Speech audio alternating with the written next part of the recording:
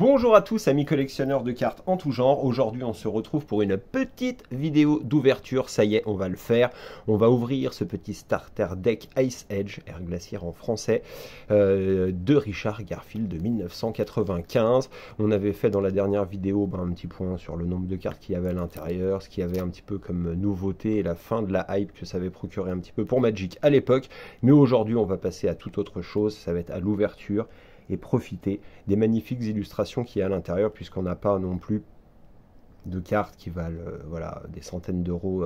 On ne va pas trouver ça à l'intérieur, par contre on va trouver des cartes du coup normalement en très bon état, et surtout des illustrations vraiment magnifiques. Voilà, je vous laisse faire un petit tour d'horizon. Moi j'ai déjà eu le temps, là ça fait 15 jours que je l'ai reçu, donc j'ai eu le temps de faire un petit tour d'horizon du produit. Normalement le scellage, donc le scellage on a ça ici, donc le scellage normalement on en a ici gold et il y en a un normalement silver. Il semblerait qu'il y ait un premier, un second print, voilà, à voir. J'ai pas eu de grosses confirmations là-dessus. Après on avait le petit code barre ici. Voilà. Et après le problème avec ce genre de petit deck, c'est que bien entendu vous n'étiez pas obligé de l'ouvrir ici, vous pouviez essayer de l'enlever délicatement ici, faire ce que vous aviez à faire dans le paquet, refermer le paquet, et puis après avec un couteau à l'époque ou n'importe quoi, une lame chaude, et vous recolliez ça tranquillement. Donc on va voir, normalement c'est pas le cas, le vendeur était totalement legit. Pourquoi je n'ai pas ouvert, vous allez me dire, parce que vraiment moi je suis un amoureux de Magic, mais Magic old school, si vous voulez pas les foils, tout ça, je peux trouver ça très très joli, je peux aimer les illustrations, mais honnêtement, ce qui me fait vibrer, ça a été les premières illustrations d'Alpha, Beta, Blim et compagnie, 3e édition, bord noir en français, et ça, c'est pareil, ça j'ai connu ça à l'époque, donc voilà. Et je ne voulais pas en ouvrir parce que j'avais peur, en fait, de la déception. Après, en vieillissant un petit peu, vous vous apercevez que quand vous retournez, je sais pas, à l'endroit de votre naissance, ou à plein d'endroits où vous pensiez avoir passé de super moments enfants. Voilà, il y avait plus de neige, plus de soleil, plus de, et on est souvent déçu. Donc des fois, il vaut mieux garder ses souvenirs un petit peu comme ça, intacts, de côté, et pas chercher trop à fouiller dans le passé. C'est ce que je ne voulais justement pas faire depuis là pratiquement 3 ans sur la chaîne. J'avais peur d'ouvrir un paquet et de ne pas du tout retrouver la sensation de l'époque et d'être déçu. Donc je me suis gardé ça de côté, mais on va se faire mentir et on va ouvrir ça maintenant pour voir ce qu'il y a à l'intérieur. Et on va ouvrir ça avec le petit scellé. Allez, c'est parti. Normalement, rien ne devrait gâcher ma quiétude pour l'ouverture. Et surtout, c'est pareil, on va sentir à l'intérieur, ça va être... Alors après, je vais peut-être pas trop parler parce que comme ça vous fera des vacances. Je vais profiter pleinement des illustrations et de l'ouverture, parce que c'est quand même ça le principal, et puis également le partage, mais alors surtout que je prenne un kiff incommensurable à ouvrir ça. Donc voilà, déjà rien que l'ouvrir comme ça et avoir le carton, d'extérieur ça sent un peu, mais pas plus que ça. On va l'ouvrir, on va voir ce qu'il y a à l'intérieur. Donc là déjà il est scellé, c'est bon signe. Après, là, ça a l'air, on a la petite notice, hop, ok. Donc là, normalement, on a ça. Et après, voilà, on a le scellage ici. Ok, donc ici on commence par les terrains, il y a un bon paquet de terrains. Et après, alors je ne sais pas si dans les decks c'est différent, mais normalement, il me semble de souvenirs, on avait 2-3 rares ici. Où là on va le voir en l'ouvrant, et puis après 2-3, enfin il y avait, c'était avant et après le petit booklet à l'intérieur, voilà. Mais non, autrement il a l'air legit le paquet. On va de toute façon l'ouvrir ici. J'ai emmené une petite lame pour découper ça. On va essayer de faire ça proprement. Hop. Juste ouvrir un côté. Et oui, pour les cartes, je sais plus, normalement il y en avait 13, les 13 premières, je crois, il y a Unco et Rare. On va voir ça tout de suite. J'essaie de ne pas abîmer les cartes, de ne pas bousiller le paquet. C'est toujours... C'était un peu une galère à ouvrir juste avec les doigts à l'époque, ça aussi. Voilà, hop, on va faire la même chose juste là où il y a la petite règle de jeu. Normalement j'ai un scalpel, mais je ne l'ai pas retrouvé, donc on va essayer de ne pas abîmer les coins non plus. Et on va faire la même chose ici. De toute façon, comme je vous dis, il n'y a pas vraiment de carte, là c'est vraiment pour les illustrations et se faire une ouverture et sentir un petit peu ce qu'il y a à l'intérieur. Ah, ça va être une dingue. Hop. C'est génial. Ah ouais, non, non, il y a, bah, si vous en avez pas ouvert, c'est sûr que ça va pas vous exciter. Et si vous avez uniquement connu Pokémon, à cette époque-là, j'ai envie de vous dire, Pikachu, il était encore dans les coucougnettes de son papa, hein. Donc ici, on a ça. Là, on avait le petit livret de règles. Et ici, alors je sais plus du tout, mais normalement, moi je dirais qu'il y en avait deux trois avant ici. Et les deux trois dernières là, après, c'est des peu communes ou rares. Et là, pareil. Mais normalement, je vais regarder. Ouais, non, alors c'est peut-être celle-là. S'il y en a 12 ou 13, on va voir, hein. S'il y en a 12 ou 13, c'est les peu communes et les rares, elles sont juste après les montagnes. On va voir. Pour l'instant, je vais laisser ce petit paquet de côté. On va le laisser ici et on va s'ouvrir ça tranquillement. C'est une dinguerie. Ah, et puis vous sentez là, la bonne petite odeur. Alors c'est parti. Alors là, c'est magnifique. Petite montagne. Alors après, il y a les landes et les landes enneigées dans cette extension. C'était la première fois qu'il y avait des landes un petit peu qui changeaient, on va dire, de l'ordinaire. Alors on va y aller tranquillement, je vais franchement prendre mon temps, mais enfin, rien que de voir la police de l'époque, le bord noir. Après, elles sont un petit peu bend, mais non, non, mais il a l'air legit, hein, de toute façon, le paquet. Allez, c'est parti, on va faire ça tranquillement, là, la petite règle, on verra ça après. Mountain. Ah, parfait. Snow Covered Island. Donc ça, c'est justement, bah, c'est une île enneigée. Alors ça, c'est une dinguerie parce que honnêtement, moi j'adore les landes. Si vous regardez des vidéos, j'ai une collection de 900 landes FBB dans un état parfait. J'adore les landes et puis parce que c'est aussi la base de Magic. Mais celui-là, vraiment très belle carte. Forêt. Toutes les illustrations sont dingues, hein, franchement. Et puis c'était les illustrateurs de l'époque. Là, il y en avait quelques nouveaux aussi, je pensais aussi dans Ice Age, qui faisait pas partie des 25 premiers artistes. Une île. Je vous laisse admirer le truc, hein, Puis de toute façon, il y a plus de 300 cartes, donc après, je connais pas toutes les rares, toutes les peu communes et toutes les communes. Forêt. Ah, c'est de sentir les cartes. Ah, c'est un truc de ouf. Bon, allez, je vais essayer de me dépêcher, mais franchement, je prends tellement de plaisir à regarder ça. Plain. Oh, elles sont jolies. C'est comme les landes APAC aussi, c'est super joli. J'ai hésité à m'en prendre un petit truc scellé. Bon, ça vaut un bras pour ce que c'est, mais honnêtement, c'est tellement rare et tellement beau. Petite plaine, elle est magnifique. Une île. Hanson Maddox, parfait. Pareil, là, bah, je vais entamer ça. Bah, là, il y avait une petite Aiki sur le côté. Je vais commencer ça, oui, artiste par artiste, et on va travailler, ben, en fait, les illustrations pour voir la patte du maître à chaque fois dans chaque illustration. On va très certainement commencer par la jante féminine, voilà, dans les 25 premiers artistes, et on va faire le tour un petit peu comme ça des illustrations et de voir un petit peu bah, l'esprit qu'ils donnaient à leurs cartes et à leur artwork. Petite forêt, ok. Petite plaine qu'on a déjà eue, je crois. Après, il risque d'y avoir du double, hein, mais Christopher Rush, quoi, voilà, vous voyez ça, magnifique. C'est pareil, les petits APAC, c'est ceux avec les tournesols aussi, je crois, ils sont vraiment magnifiques. Swamp, oh, regardez-moi cette petite beauté. Franchement, c'est magnifique, hein. Maintenant, pour vous le dire, là, j'ai les cartes dans les mains, j'avais peur d'être déçu, et puis je ne le suis pas, en fait. Tout simplement, là, je profite, hein. Vraiment. Ah, je la voulais, elle est magnifique en violet comme ça. Mais attendez, je vais essayer de vous faire un petit focus. Mais je fais ça en extérieur, tranquille. Christopher Rush encore, voilà, on voit le maître, quoi. Et, Rush 95, magnifique. Vraiment, vraiment exceptionnel. Celle-là, très content de l'avoir. Elle est un tout petit peu blanchie en bas, mais très très très belle. Swamp, ok. Douglas Shuller, Mountain. On avait déjà eu Plains, encore pareil, Christopher Rush qui les a signées, elles sont magnifiques. Douglas Shuller pour ce petit marais, pareil, une pure beauté. Bah après, j'aurais pas assez d'adjectifs, hein, pour pouvoir... Petite montagne.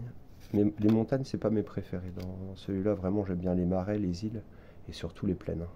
Hanson Maddox, encore une plaine. Petite Aikina, Swamp, Mountain, Et après, je suis pas sûr. Ouais, c'est ce que je vous disais. Donc en fait, j'ai essayé de pas trop me spoil, mais alors ce que je vous disais, il y a la notice, et avant la notice, il doit y avoir deux ou trois rares ou peu communes avant. Et ça, on va se les mettre ici, on ne sait pas, on verra au cas où à la fin. Et ça, c'est les derniers terrains. Ok. Et après, voilà, après on peut regarder ça vite fait, mais bon, on va pas non plus. En tout cas, il est en parfait état. J'aime bien, je collectionne ça aussi, beaucoup de boîtes vides, beaucoup de choses comme ça. J'aime bien les goodies. C'est non, c'est joli petit manuel, très joli petit manuel. Pour pouvoir s'inscrire. Bah, j'aimerais bien maintenant, vu le prix, il n'y a pas de problème. Hein, vous pouvez, à l'époque où les Black Lotus, Alpha et compagnie se vendaient quelques centaines d'euros. Hop, on va mettre ça de côté, on va continuer avec ça, et je pense que là on a peut-être des peu communes ou des rares, c'est ce que je pensais, et là après on a ce petit tas là. Ah là c'est pareil, alors là on va s'en prendre plein les yeux, c'est génial. Freya Charme. Celle-là je m'en souviens, je vais être honnête avec vous, sur les 300 et quelques, je dois me souvenir de 250, 300 illustrations, le reste je vais pas m'en souvenir, mais... c'est parti. Oh, ça y est. Ah, voilà. Alors, ce que j'allais vous dire, bah, ce sera parfait pour faire, je ne l'avais pas, pour faire la vidéo sur Amy Weber, une de mes illustratrices préférées. Voilà, Amy Weber, 1995, Wallbone Glider. Oh, génial. Je l'avais pas, celle-là. Je l'avais pas. Après, là, en anglais, c'est pareil, j'aime bien aussi avoir des cartes en français, mais là, ça, honnêtement, ça ne me dérange pas. Non, mais l'illustration, c'est pareil. Enfin, les gens vont me dire, oui, c'est un squelette avec... Non, non, non, c'est un squelette de baleine qui vole, bordel. Hop, on continue. Melting, ça, par exemple, je ne m'en souviens pas. Venomous Breeze. Alors ça, par contre, je m'en souviens. À la fin du combat, détruit toutes les créatures qui ont été bloquées par la créature ciblée. Okay, bon, par contre, c'était vachement cher. C'est pour ça qu'il n'y a quand même pas énormément de cartes qui sont jouées non plus. Ice Edge, quoi. Et puis à la fin, c'était vraiment... Enfin, au début, quand c'est sorti Ice Edge, ça s'est bien vendu, hein, mais c'était pas, ça a été mal accueilli par ceux qui avaient vraiment commencé Magic au début, quoi. Wall of Lava. Oh, ça fait plaisir. Oh, je l'avais oublié, celle-là. Oh, elle est géniale. Oh, parfait. Alors, pareil, les cartes comme ça multicouleurs, c'était clairement pas, quand j'en ai ouvert les premières fois, mes cartes préférées. Je me demandais ce qui se passait dans Magic. Mais là, très très beau. Cette illustration est folle. Je vais essayer avec les petites montagnes derrière, parce que oui, ça se passe au temps de Dominaria, quand ils sont venus foutre la merde, et en gros, tout était glacé, et il y a eu justement une ère glaciaire comme ça, et il a fallu se battre contre des hordes de zombies et tout ça. Enfin bon, c'est un peu l'histoire autour de Ice Edge. Oh, ça c'est beau, ça fait plaisir, c'est pareil. Bon, ça c'est une peu commune, hein, je crois.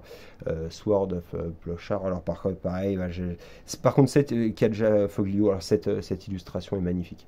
Cette illustration est magnifique, mais quand vous en avez déjà eu une première avant, vous vous souvenez toujours, voilà, de celle d'avant. Celle d'avant, c'était un espèce de pélo avec des guenilles qui est au milieu d'un champ, quoi. Et on se souvient quand on a commencé de ça en premier, mais cette illustration est folle, c'est très très très beau. Très très beau. Continue. Oh, mais c'est bon, je vais avoir plein de cartes que je voulais, ça c'est vraiment cool. Alors, Dance of the Dead. Et oh, ça c'est bon.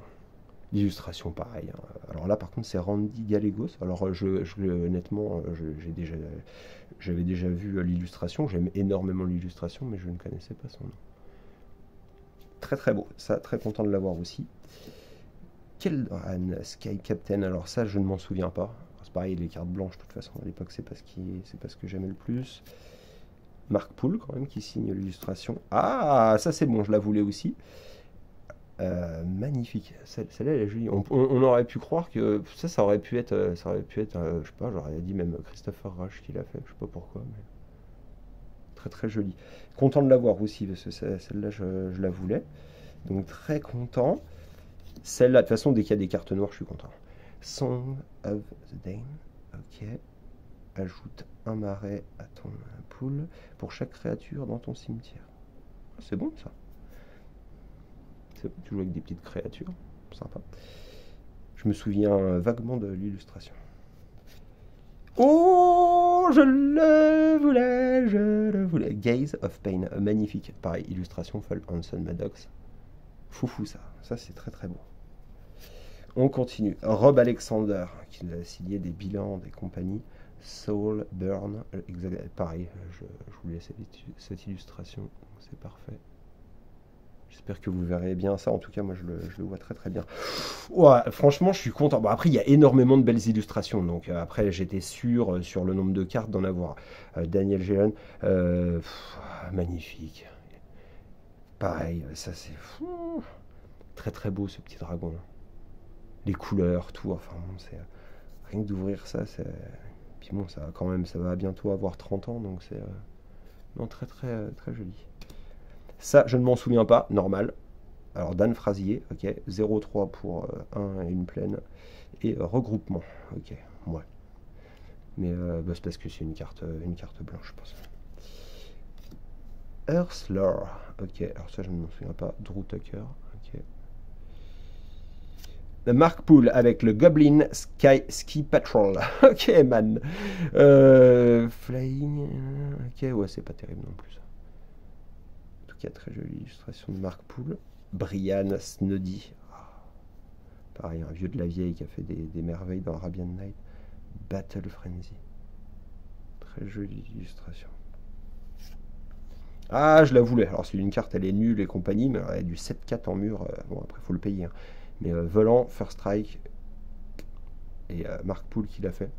Ça me fait penser pareil à Invisibility un petit peu, alors que c'est Invisibility, c'est pas lui qui l'a fait, je crois, mais Invisibility pareil, on est dans les mêmes couleurs, c'est très très beau. Portante. Eh bien écoutez, je ne me rappelais pas de cette carte. Vaguement en fait, ça me dit rien. Lui il me dit quelque chose, mais ça me dit rien. Très joli aussi.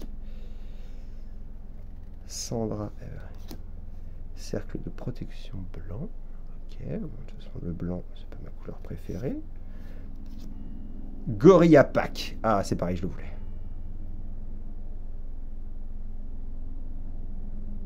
Je sais pas si ça veut pas vraiment faire un vrai focus.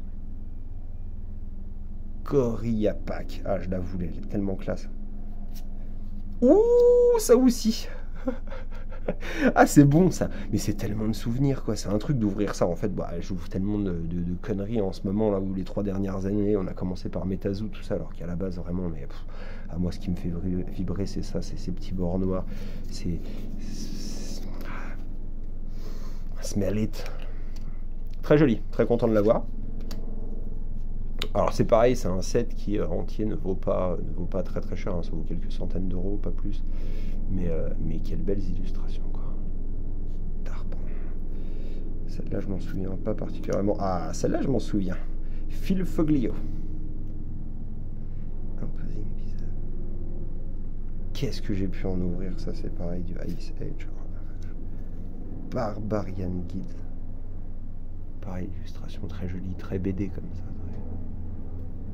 Très BD d'époque quoi, enfin même les BD, j'en lis beaucoup moins qu'avant, donc je pourrais pas vous dire, je pense que c'est la même chose, hein. Certainement encore mieux maintenant, mais ça fait penser vraiment à un dessin de BD quoi, Richard Thomas.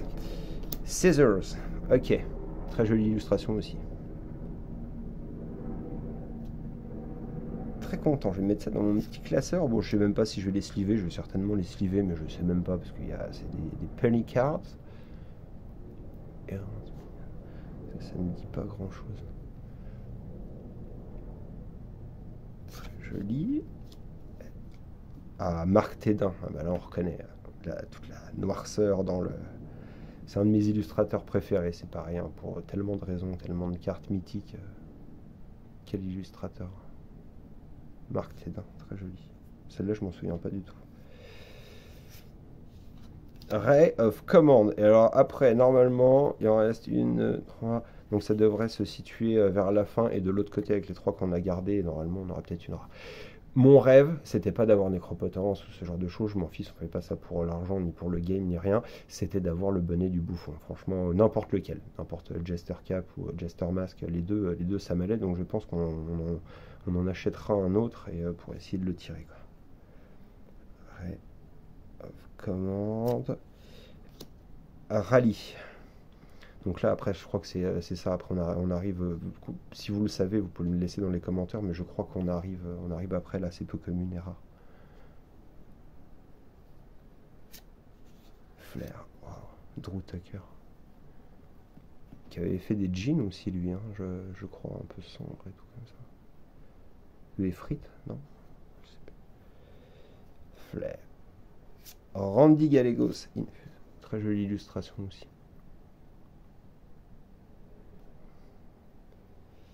Richard Thomas. Ah, ça fait plaisir. C'est pareil, celle-là, je la voulais. The Brownie. Et Power Sync. C'est beau. Marc Poul. Power Sync. Éphémère. Très jolie carte. Je vais les sentir une dernière fois. Et après, il reste ces trois-là.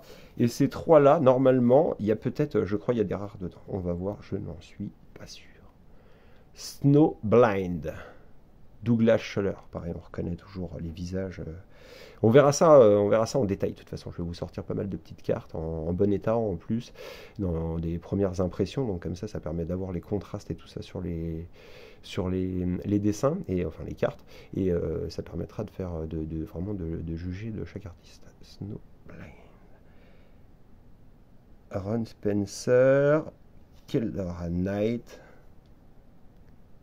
Ok. Carte blanche. Et pour finir, Justin Hampton, Ritual of Subdual. Alors honnêtement, ça, je ne me souviens pas de cette carte. Je suis en train de découvrir un peu l'illustration comme vous. Elle me dit rien du tout celle-là. En tout cas, l'illustration est très jolie.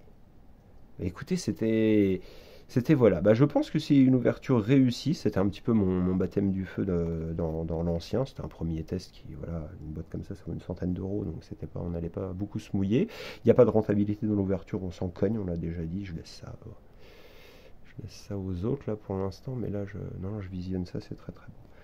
Écoutez, très content de cette ouverture. Je ne sais pas si ça vous a fait plaisir également, si vous êtes fan. Après, on est de moins en moins, hein, du coup, à être fan de ce genre de choses, de vieilles cartes qui bien souvent sont juste appréciées pour les illustrations par pas mal de monde. Et voilà. Après, il y a certainement, ça ne sera pas joué, je ne mettrai pas ça dans des decks pour jouer avec mon fils, mais honnêtement, c'était très très très plaisant à ouvrir. Ça vaut son pesant de cacahuètes. Non mais écoutez, très content. Je vais revisionner ça maintenant tranquillement. Voilà, alors, je vais faire ça dans l'heure qui vient, je pense, sliver ça et puis commencer à les ranger, voir. Bon, après, on va pas ouvrir des starter decks pour faire des full sets parce que ça va revenir cher et vaut mieux en acheter un Irmint tout de suite. Chose que je ferai certainement. Là, je suis en train de voir justement pour acheter un full set Homeland, ça vaut rien du tout, ça vaut 100 euros. Donc de voir ça, parce que Homeland pareil, 140 cartes je crois, et très jolies illustrations, et pour pas grand chose, je vous conseille, si c'est un tout petit investissement pour ceux qui veulent avoir beaucoup de cartes, avec des illustrations old school et pas cher, et en plus pas mal de gens ont connu ça, c'est pareil, Homeland, Fallen Empire, donc ça permet d'avoir des sets pour pas cher, et beaucoup de belles illustrations, et surtout en très bon état. Il me reste à vous souhaiter une bonne fin de journée. Bah, pour moi elle était très très bien, elle n'est pas encore finie, on va voir ce qu'on va faire, et on se revoit pour une ouverture de je ne sais pas quoi, et après dans Magic, pour ceux qui resteront, bah écoutez, on va se faire les artistes les uns après les autres, on va sortir pas mal de cartes, et puis voir du vintage ensemble. Écoutez, il me reste à vous souhaiter une bonne fin de journée, j'espère que vous avez apprécié cette vidéo. Si vous voulez laisser un commentaire, pas tout péter, vous pouvez, et puis je vous dis à bientôt.